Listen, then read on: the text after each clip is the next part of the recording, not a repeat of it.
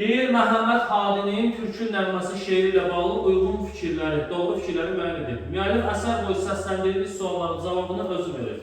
Əslində orada belə bir şey var. Türkün tökünən qanları bir huda gedərmi? Diqqətlə düşün, yoxsa bu qan həbsi hədərmi? Sonra nə deyir? 4 ildə verilmiş bu qədər can hədər olmaz. Məhkuma yolunda tökülən qan hədər olmaz. Səsləndirdiyi sual cavabı verirmi? Verir. Doğrudurmu? Doğrudur.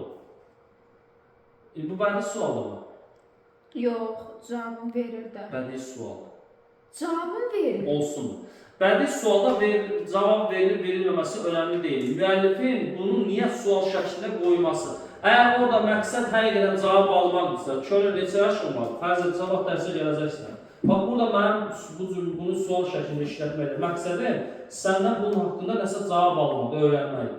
Amma burada məqsəd cavab almaq deyilsə, istər onun 1000 dənə cavab olsun, yenə də bədii sual. Bunlar mənə əsər eylərmi? Mütləqa yox, Sencavın əsəri. O da bədii sual, cavabı olsa. Siz ona baxmısınız.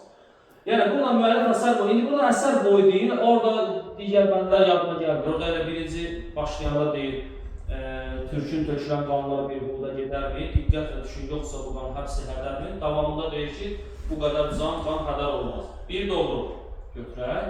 Türklərin dünya mədəniyyətinə hər hansı bir töhfəsi var mı orada? Var belə bir şey? Yox.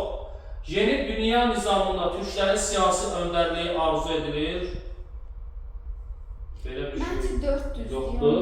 Sülh-fərvər əməllərin əhəmiyyəti vurğulanır. Bu var. Türklər geriyə dönməyəcək, müslih əməldə, müslih sılahı, sülh sözlərindəndir.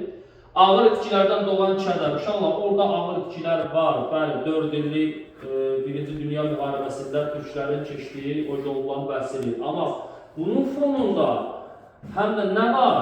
Gələcəyə inam, o məhkura, azadlıq yolunda tökülən qanlar, o qanların hədər getməməsi filan vurğulanır. Deməli, burada kədər daha qabarıq deyil.